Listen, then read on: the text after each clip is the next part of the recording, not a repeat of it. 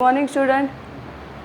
बच्चों, आज हम लोग 10th स्टैंडर्ड का अपने सबसे पहले तो फर्स्ट चैप्टर यानी कि जो श्लोक थे वो देख लिया। उसके बाद जो हमारा दूसरा चैप्टर था जिसके अंदर हम लोगों ने 3 मछलियों के बारे में देखा था कि 3 मछलियों जिसके नाम अपने अनुसार था, मतलब कि उसको जैसी बुद्धि थी उसके अनुसार उसके नाम थे। और उसके अंदर जो एक मछली थी जिसने पहले से ही भविष्य अपना देख लिया था और वो बच गई थी लास्ट में, तो उसके बारे में समझ लिया। तीसरा जो चैप्टर था उसके अंदर आप लोगों ने सुबह से शाम तक का आपका जो डेली रूटीन होता है तो वो आप लोगों ने समझ लिया। उसके बाद हमारा आता था 4th चैप्टर जिसके अंदर जनार्दनस्य पश्चिमः संदेश।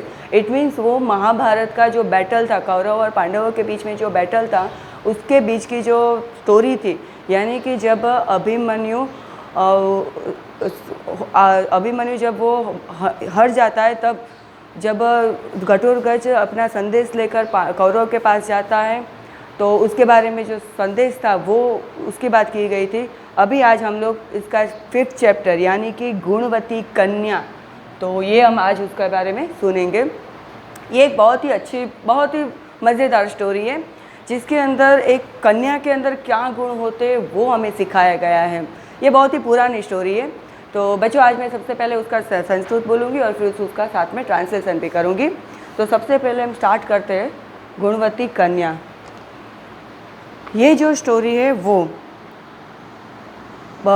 जो कालिदास का नाम तो आपने सुना ही है। उसके बाद आता है पोएट दंडी, यानी कि ये दंडी नाम के जो संस्कृत के विख्यात लेखक थे जिसने बहुत सारी कहानियाँ भी लिखी थी। तो इसकी 10 कुमार चरित नाम की जो कथा है उसके अंदर से ये जो स्टोरी है वो ली गई है। और उनकी ज़्यादातर जो स्टोरी होती है वो खास करके गुण, यानी कि उसके अंदर कोई ना कोई संदेश दिया होता है। वो चारित्रवान के ऊपर ज़्यादा भार देते थे। तो उसके ये जो स्टोरी है उसके अंदर भी यही हमें दिखाया गया है। सबसे पहले मैं संस्कृत रीड करती हूँ। कांची नगरे शक्ति कुमारो नाम एकः श्रेष्ठीपुत्र पति वसति सह, यानी कि एक कांची कुमार नाम का एक नगर था, उसके अंदर एक शक्ति कुमार नाम का एक इंसान रहता था जो तकरीबन युवक था। सह यदा स्वकीयस्य जीवनस्य द्वाविंशतिशतमे वर्षे प्रविष्ट सस्ता चिंतामापन्न, यानी कि जब वो अपनी पढ़ाई और ये सब ख़त्म कर ली उसने और फिर वो 21 वर्ष में जब वो एंटर हुआ, यानी कि वो 21 साल का हुआ, तब उसने अपने बारे में कुछ सोचा। यानी कि जो अभी 21 साल का हो गया था, उसने अपनी पढ़ाई भी ख़त्म कर ली, उसने अपनी बाल्यावस्था भी अनुभव कर लिया। तो अभी उसने सोचा कि अभी मैं आगे क्या करूँगा।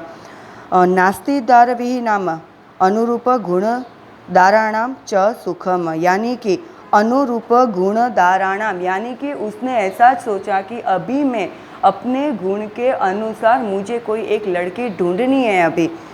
ततस्थ गुणवती भार्यायम अहम विंदेयमिति, यानी कि अभी मैं इसके लिए अपनी एक पत्नी की खोज करना चाहता हूँ। तो अभी मैं वो कैसे करूँ, यानी कि उसने अपने कुल के अनुसार और अपने गुण के अनुसार, इट मीन्स कि उसको जैसे लड़की चाहिए वैसे उसको खोज करनी थी अभी।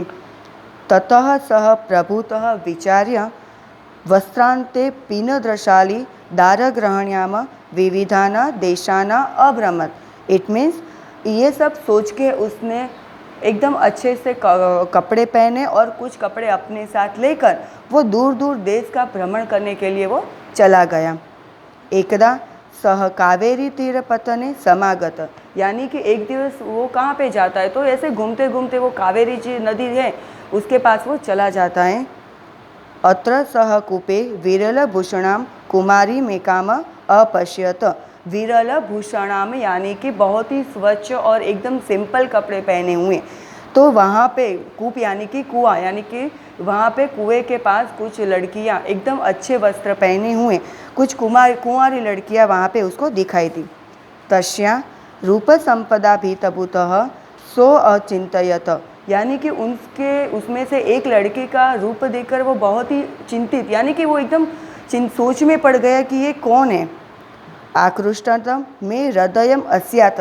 आपको पता है कुछ इंसान ऐसे भी होते हैं कि जिसको देखकर ही हमें ऐसे, भले हम उसको पहचानते नहीं है लेकिन उसको देखकर ही हमें ऐसे अंदर से भाव होता है कि ये बहुत ही अच्छा इंसान है। तो इस कुमार जो होता है, ये कुमार को वो लड़की देखकर अंदर से कुछ ऐसे भाव प्रकट होने लगे। तदेता परीक्ष्य विवाह प्रस्ताव कृत्वा तस्यातः संपतो उद्रहामि, यानी कि उसने सोचा कि मुझे इसके सामने अपने विवाह का प्रस्ताव तो रखना ही पड़ेगा क्योंकि वो मुझे अच्छी लगती हैं।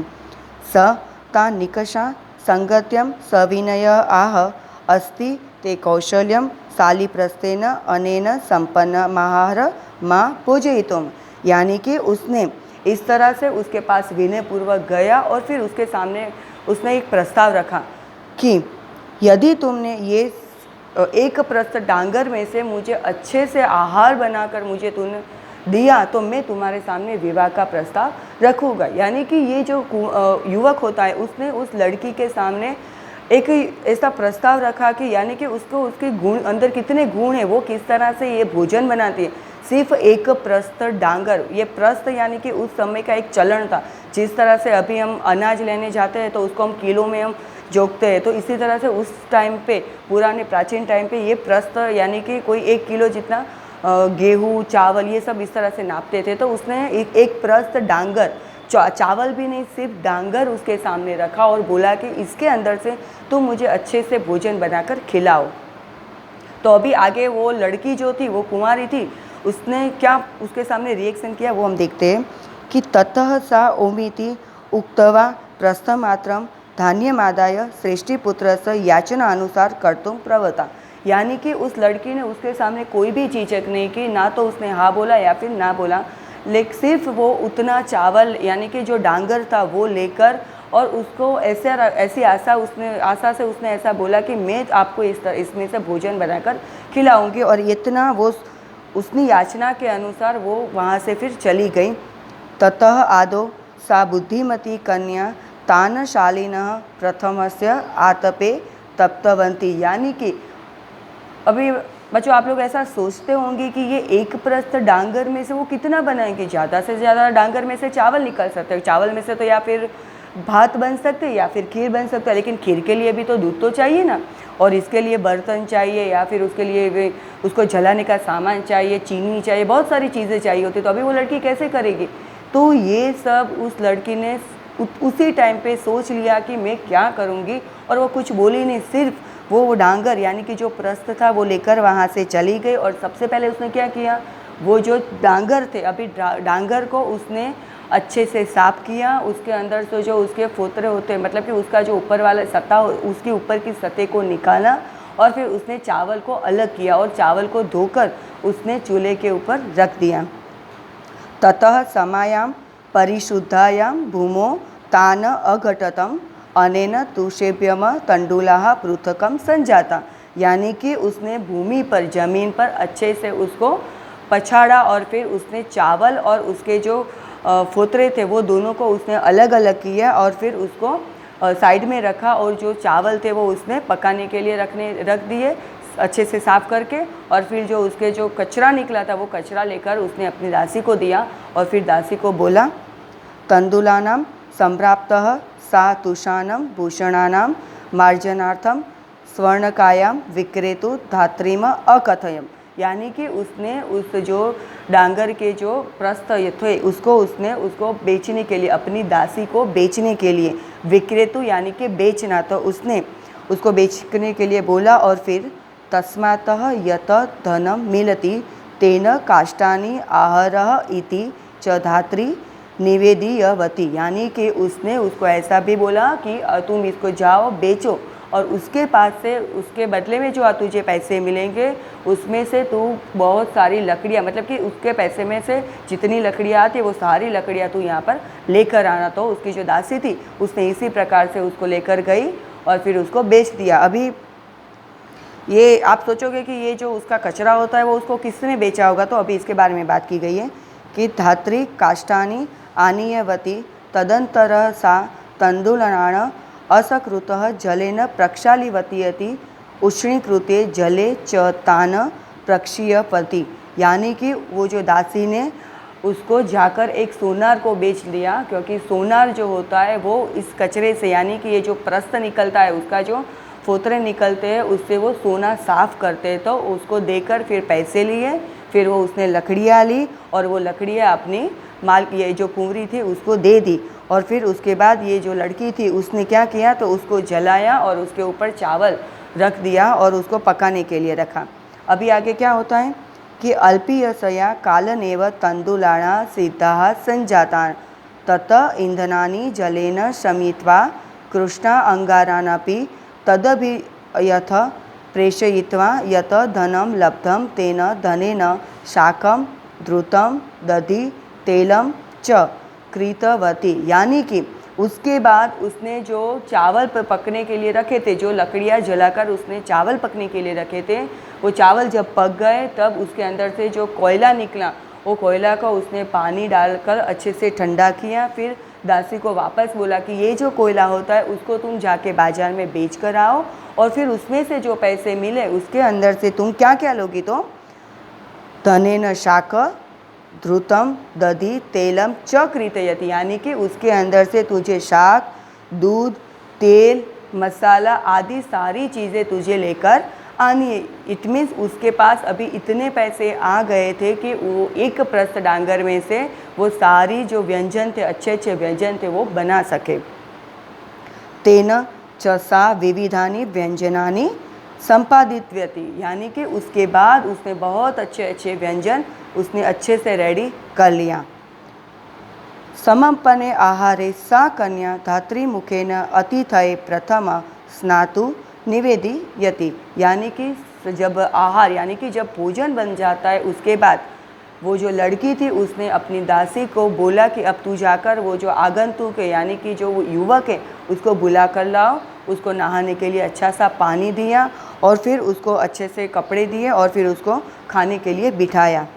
ततः स्नान शुद्धया तस्मै अतिथये सा पेय अपाराय भोजनम धृत सहितम ओदनम व्यंजनज्य अयच्छन, यानी कि पेयोपा आहार पूर्वय, यानी कि आहार के पहले जो पीने के लिए जो ठंडा पीना होता है वो, तो उसने जब वो युवक नहा कर बाद में वो वहाँ पर खाने के लिए आता है तब उसको नाश्ता और पीने के लिए जो ठंडा होता है वो सब उसको उसने भोजन के साथ साथ वो भी उसने दिया और अच्छे से जो भी व्यंजन थे वो व्यंजन उसको थाली में परोसते गई और उसके साथ साथ उसकी खासियत भी उसको दिखाते गई। यानी कि जो सब्जी थी तो उसके बारे में उसने बताया, जो खीर बनाई थी उसके बारे में, रोटी के बारे में, चावल के बारे में, सारी छोटी छोटी चीज़ें जो होती है उसके बारे में उसको बताया। मध्ये मध्ये सा भोज्यादीना विविधानि पदार्थानां वर्णनं कृत्वा अतिथे भोजन रुचिमपि अवर्धयत, यानी कि उसने जब बीच बीच में इस तरह से उसके भोजन के बारे में बताया तो वो अतिथि को भी अच्छा लगता था, उसको भी मज़ा आती थी खाने में। आप लोगों को पता है कि अगर हम कोई भी चीज़ को ऐसे ही देखते रहेंगे तो हमें मज़ा नहीं आएगी। आप लोगों ने कभी कभी ऐसा एक्सपीरियंस किया होगा कि आप लोग किसी म्यूज़ियम में जाते और इस म्यूज़ियम में जाकर आप लोग सिर्फ देखते ही रहोगे तो आपको मज़ा नहीं आएगी, लेकिन उसके साथ जो गाइड होता है, जो गाइड करने वाला होता है, वो आपको वो सारी चीज़ों के बारे में एक्सप्लेन करता है कि ये क्या चीज़ थी, ये कहाँ से आई थी, ये कितने सालों से बनी। तो ये सारी चीज़ों को सुनकर आपको अच्छा लगता है और वो चीज़ें देखने में हमें और आकर्षित लगता है और उसकी कल्पना में हम खो जाते। तो इसी तरह से ये युवक भी जिस तरह से वो लड़की उसे बता रही थी कि ये भोजन की ये विशेषता है, तो वो युवक को अच्छा लगता था, वो और भोजन खा रहा था, यानी कि उसको इंटरेस्ट आ रहा था। भुक्ते तो तस्मिन् अतिथ्यो तया तांबूलश्यामी व्यवस्था कृत्वा, यानी कि उसने उतने ही एक प्रस्थ डांगर में से उसने इतनी सारी व्यवस्था कर ली। इट मीन्स वो लड़की के पास बहुत ही गुण था, उसके पास सोचने की क्षमता बहुत ही काफ़ी थी। तो एवं स्वकीया गुण संपदा प्रस्थम परिमिते धान्येन विविधानि व्यंजनानि विरचितवती कन्या प्रति समाकृष्टः शक्तिकुमारः विवाहस्य प्रस्तावः कृतवान्। कन्यया स्वीकृते प्रस्तावे ता विविध वधूपयम्य स्वनगरम यत, यानी कि उसके बाद उस जो युवक था उसने उस लड़की के सामने, उस कुमारी के सामने अपने विवाह का प्रस्ताव रखा और उसने स्वीकार किया और उसके बाद वो अपने साथ उसको शक्ति नगर में ले गया। यानी कि ये जो युवक ने उस लड़की की जो परीक्षा की उसमें वो सफल हो गया। तो बच्चों, आप लोगों ने इस चैप्टर में से ये सीखा कि एक लड़की के अंदर क्या गुण होते हैं और किस तरह से वो अपना व्यवहार दिखाते। उस लड़की ने उस युवक के सामने सिर्फ एक प्रस्थ डांगर प्रस्थ लिया और फिर उसने कुछ नहीं बोला और चुपचाप वो वहाँ से चली गई। यानी कि उसने अपने मन में ही सोच लिया था कि मुझे आगे आगे क्या करना है। उसने कोई दिखावा भी नहीं किया और ना तो उसने कुछ ऐसी मांग की कि मैं ये नहीं कर सकती या ये मुझसे नहीं होगा, कि उसने अपना काम भी अधूरा नहीं छोड़ा। तो इस तरह से एक लड़की के गुण कैसे होने चाहिए इसके बारे में यहाँ पे समझाया गया है। Thank you.